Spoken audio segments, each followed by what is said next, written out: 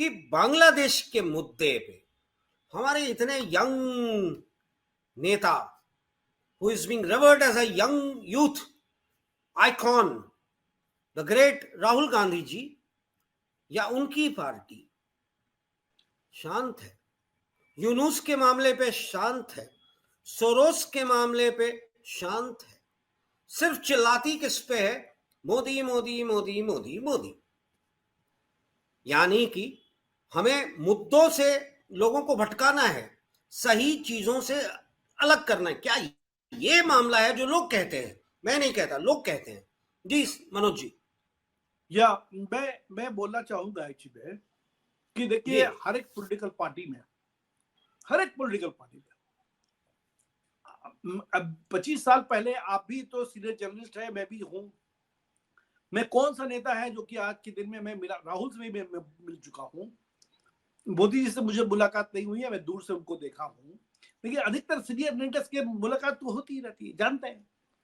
अब आप थोड़ा सा गौर से देखिए, पहले के जो नेता पार्लियामेंट में जाते थे तो पार्लियामेंट में बैठने के पहले कम से कम 10 दिन तक पढ़ते थे कि आज वहां बोलेंगे तो उसका तथ्य क्या होगा, होमवर्क। दूसरी बात, जो तथ्य बोलेंगे उसका इंपैक्ट क्या होगा, दूसरा कि जो कपड़ा पहनेंगे वो हमारे देश का जो यूनिफॉर्म, जो हम लोग का सिविल रूल्स रेगुलेशन है उसके तलते है कि नहीं है।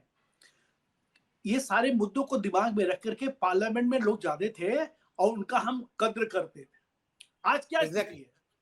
आप देखिए, एक राहुल गांधी है, मैं इनको देखता हूं तो मुझे लगता है कि ये आदमी को अगर रांची के हितपीढ़ी में खड़ा कर दीजिए वार्ड काउंसिलर के लिए, तो मुझे लगता है वो वहां से भी हार जाएंगे।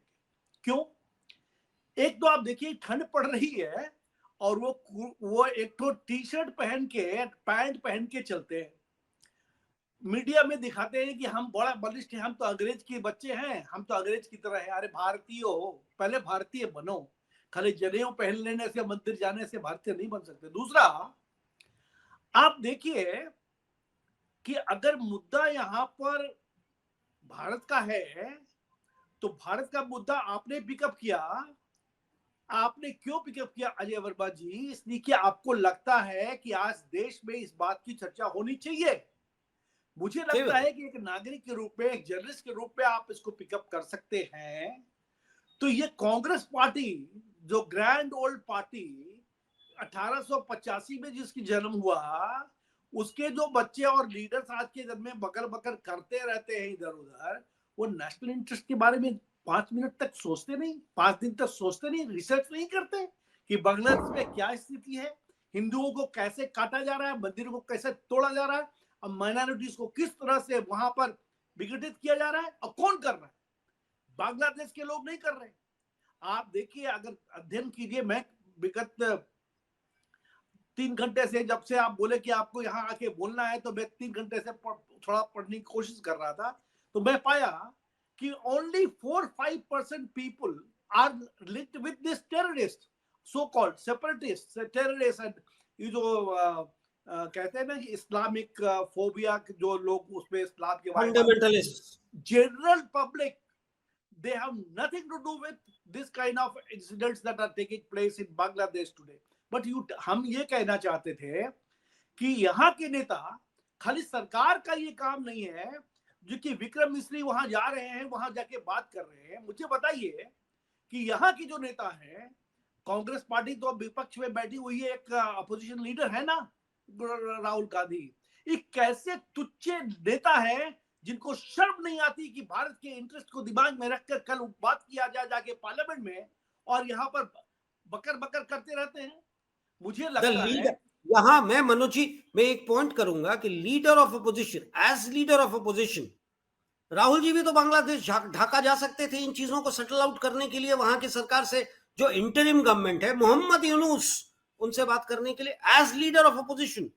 लीडर ऑफ अपोजिशन कोई मायने रखता है इस देश में? उनको मालूम ही नहीं है कि लीडर ऑफ अपोजिशन होता क्या है। उनको मालूम है कि लीडर ऑफ अपोजिशन का मतलब मोदी के खाली गाली दो, मोदी को गाली दे दे के। अरे सुनिए, जनता आपसे त्रस्त आ गई है जी। कांग्रेस पार्टी के नेता भी त्रस्त में हैं, वो लोग बोल नहीं पा रहे। मैं बता रहा हूं, मेरे से कांग्रेस पार्टियों के नेताओं से बात होती रहती है, हम दोस्त हैं, सीनियर लीडर्स हैं, बोलते हम लोग करें तो क्या करें, पूरा वर्चस्व उनका है, गांधी फैमिली का। अब चक्कर ही को कुछ बोल नहीं सकते, और कोई ऐसा नेतृत्व तो सामने आ नहीं पा रहा है जो कि एक, देखिए वहां भी पैसे का मामला है, हजारों करोड़ रुपए का प्रॉपर्टी कांग्रेस पार्टी का आज किसके हाथ में है। ये खड़गे जी क्या है, ये तो बेसिकली जिसको बोले चमचा होता है ना, चमचागिरी करते रहते हैं, आगे उनको बैठा दिया सब, जो बोला हाँ में हाँ, हाँ में हाँ। आज के दिन में राहुल गांधी के इर्द गिर्द जितने लोग हैं, उनके पास एक क्षमता नहीं है कि आप उनको बताएं कि नेशनल इंटरेस्ट क्या है और उसके बारे में क्या करना है। मुझे लगता है he doesn't have a good advisor. Number two, he is unable to think about anything other than Modi. Number three, he doesn't know कि रोल ऑफ अपोजिशन लीडर का क्या होता है। रोल अगर होता है तो नेशनल इंटरेस्ट एक चीज है, देश में बहुत बड़ा बड़ा इश्यू है यहाँ पर, उसके बारे में तो आप रेज नहीं करते, फिर अडानी अडानी करते रहते हैं। अरे अडानी अडानी कहने दिए ना, इन लोग ने दिमाग में कोई एडवाइजर डाल दिया कि भाजपा जब पावर में नहीं थी तो Congress party led by Rajiv Gandhi के पिताजी के बोफोर्स केस में फंसा दिया, इनको बोला गया अब भी इनको फंसा दीजिए अडानी केस में। अरे ऐसे नहीं चलता है, वहां पर तो एविडेंस बेस्ड था, यहाँ तो कोई एविडेंस ही नहीं है, यहाँ एलिगेशन पर एलिगेशन चल रहा है। अब भाजपा कह रही है कि आप तो डीप स्टेट के सोनिया गांधी उससे रिलेटेड, तो ये सब मुद्दा ये भाजपा को बोलेगी वो। चलिए, ये बांग्लादेश इशू पे आते आते मैंने एक चीज आपसे जानने की कोशिश की कि पूरे चुनाव के दौरान झारखंड में बांग्लादेश का मुद्दा बहुत स्ट्रांग उठा था। अब भारतीय जनता पार्टी ने बांग्लादेशी इनफिल्ट्रेटर्स की बात करी थी। असम में जहां से हेमंत बिस्वा जी आए थे, वहां तो ऐसे भी बांग्लादेशियों का बहुत ज्यादा इनफिल्ट्रेशन है, बंगाल में तो है ही है। माने देश के किस कोने में आप बांग्लादेशियों को नहीं देखते हैं, तो हमारा रिएक्शन या सरकार एक दूसरे को ब्लेम गेम करने से अच्छा इनकी एंट्री क्यों नहीं रोकता, और अगर एंट्री नहीं रोकता है तो किस कारण से नहीं रोकता है? मैं बताऊं जी, मेन मकसद, देखिए ऐसा नहीं है कि सरकार, इसको इस तरह समझने की कोशिश कीजिए। मुझे लगता है दो पहलू पर बड़ा इंपॉर्टेंट मुद्दा है, आपने पिकअप किया, बड़ा पुराना मुद्दा है, कोई नया मुद्दा है नहीं, और मैं कोई नई बात नहीं बोल रहा हूं, लेकिन मैं इस तरह से इसको रखने की कोशिश करूंगा। अमेरिका में आज क्या प्रॉब्लम है, क्यों ऐसा है कि वहां के ट्रंप जो अभी इलेक्ट प्रेसिडेंट हैं, उन्होंने कहा कि मैक्सिकन बॉर्डर को टोटली सील कर देंगे, इसलिए, और सबसे बड़ा डिपोर्टेशन वहां से होगा, अमेरिका में हिस्ट्री बढ़ाया जाएगा, बोलते हैं डिपोर्ट कर देंगे। मुझे सोचने की जरूरत यह है कि ये माइग्रेशन जो होता है, ये जॉबलेसनेस, जहां भी अपॉर्चुनिटीज ओपन होता है वहां लोग इकट्ठा हो जाते हैं। अब देखिए ना, बॉम्बे, झारखंड से लोग बॉम्बे जाते क्यों हैं? क्योंकि वहां पर, यहाँ पर उनको रोजगार नहीं मिल रहा है, और मिल भी रहा है तो उनको इतनी कम पैसा मिलती है कि शायद उनको निभा नहीं पाते। तो वहां देखते हैं कि अगर हम रेजा बन जाएंगे, या फॉर इंस्टेंस प्लम्बर बन जाएंगे, या फॉर इंस्टेंस आपको मैशन बन जाएंगे, तो हमको वहां पर एक दिन में 2000 रुपया मिलेगा, जो कि यहाँ 500 मिलता है। तो लोग माइग्रेट करते हैं because looking into the opportunities available. उसी तरह से बांग्लादेश में जो अंडर डेवलपमेंट है, जो वहां पर अपॉर्चुनिटीज अवेलेबल नहीं है, उसके लिए वो गगड़ा भाग के आ जाते हैं। कैसे आते हैं? अब देखिए, ये बॉर्डर एरिया जो है, इसको बीएसएफ देखता है।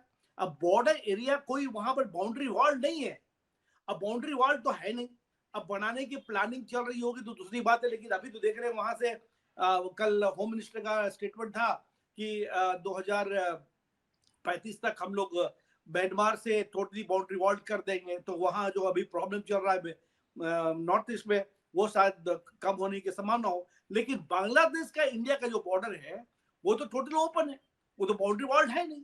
अब आप देखिए, एक नदी है, अब वो गंगा नदी के बीच से, उधर से इतना बड़ा एरिया में अगर आप डुबकी लगा के एक छोटा सा नाव से इधर से उधर चले जाइए और जाकर के घुस जाइए, वहां पर कितना आप फोर्सेस रखिएगा। एक दूसरा कि आप एक बात जानिए कि अगर एक पशु का जो व्यापार होता है, स्मगलिंग होता है, झारखंड से, मैं बता रहा हूँ, झारखंड से जितने सारे यहाँ से क्या बोलिएगा, बहुत सारे animals, cows, buffaloes etcetera are basically smuggled to Bengal, and then from Bengal it goes to Bangladesh. It's true 100%. तो बीएसएफ उसको रोक क्यों नहीं पाती है? मुझे लगता है कि इतना बड़ा एरिया में, इतना बड़ा एरिया में, हेलो, पैसा, money money money money money money money. और तीसरा, अब स्टेट गवर्नमेंट, आप बताइए मुझे कि बांग्लादेश का जो स्टेट गवर्नमेंट है वो तो नदी को वहां पर अपना फोर्स लगा के रोक सकती है, लेकिन नहीं रोकती है। क्यों? कि उनको वोट बैंक जमा करना है जी, ऑल्सो मनी, वोट बैंक। हाँ, दोनों तरफ पैसे की, पैसे तीसरा ही नंबर है वोट बैंक। अब चक्कर की उनको बोला आने दो यार, चलो ना, बेचारा बोले बेरोजगार है यार। अच्छा, वहां खड़ा हुआ आदमी जो है ना, पुलिस वाला, अब डिप्लॉय कर दिया, वो भी बांग्लादेशी बन गया है। It is also a fact, I'm telling you। 10-15 साल के दरमियान में उसका चाचा, नाना, बाबा बन गया है वहीं पर फोर्स में, जो कि आना जाना कर रहा है, तो पूरा आराम से आ रहा है। Same thing is happening in Jharkhand. Now you tell me one thing, इतनी सीरियस क्राइसिस है कि आज के दिन में जो बांग्लादेश में हुआ वो अगर इंडिया में होगा तो आपको क्या लगता है, फिर आर्मी आकर के लॉ एंड ऑर्डर कंट्रोल करेगी? It is going to be bad to worse, I am telling you, because all internal forces, अरे आप जहां दिल्ली में बैठे हैं ना, आपके इर्द गिर्द जितने सारे वहां पर मेड सर्वेंट्स मिल रहे हैं, they are all from Bangladesh. Exactly from Bangladesh. And I am telling you, आप बैठिएगा ना, रात को आकर के आप ही को हो जाएगा। तो आप समझ लीजिए, it is a very dangerous situation, and it is not only the internal security and external security, it is a question of your social existence। and आज के दिन में हमको लगता है इंडिया में खाली गवर्नमेंट की रिस्पॉन्सिबिलिटी नहीं है, मुझे लगता है देश के हर नेता, हर पार्टी, हर युवक का एक बहुत बड़ा रिस्पॉन्सिबिलिटी है कि या तो सरकार को मदद कीजिए, नहीं तो जो नहीं बोल रहे हैं, नहीं सपोर्ट कर रहे हैं, उनको बाइकआउट कीजिए। अब मुझे लगता है इसमें ये करना बहुत ही जरूरी है, नहीं तो ये राक्षस लोग हैं, इनको न नेशनल इंटरेस्ट से मतलब है, इनको ना समाज के इंटरेस्ट से मतलब है, न इनके जनता की इंटरेस्ट से मतलब है। इनको सिर्फ एक चीज चाहिए, किसी तरह वोट बैंक जमा करो, वोट लो, अब पावर कैप्चर करो। But this is going to be disaster for the country. Yeah of course, exactly, that's, बहुत अच्छा लगा आपसे बात करके मनोज जी, और आपने बहुत तरीके से बांग्लादेश के मुद्दे को प्रेजेंट किया, और साथ में हमारे स्टेट्स में, हमारे देश में जो माइग्रेशन और इन्फिल्ट्रेशन है उस पे आपने बहुत तरीके से समझाने की कोशिश करी कि अगर आज की तारीख में हम बांग्लादेश पे ना एक्शन लेते हैं, मतलब एक्शन का मतलब ना सोचते हैं, और ना ही अपने देश में इस माइग्रेशन और इन्फिल्ट्रेशन, जिसके लिए केंद्र और राज्य दोनों रिस्पॉन्सिबल है, कॉल नहीं लेते हैं, आने वाले समय में क्या होगा ये कहना बड़ा मुश्किल है। जी नमस्कार, धन्यवाद जी। और आप हमसे जुड़े रहने के लिए सब्सक्राइब करें YouTube पर, फॉलो करें Twitter पर और लाइक करें Facebook पर। और ज्यादा जानकारी के लिए आपको टाइप करना होगा सिर्फ न्यूज़ नशा।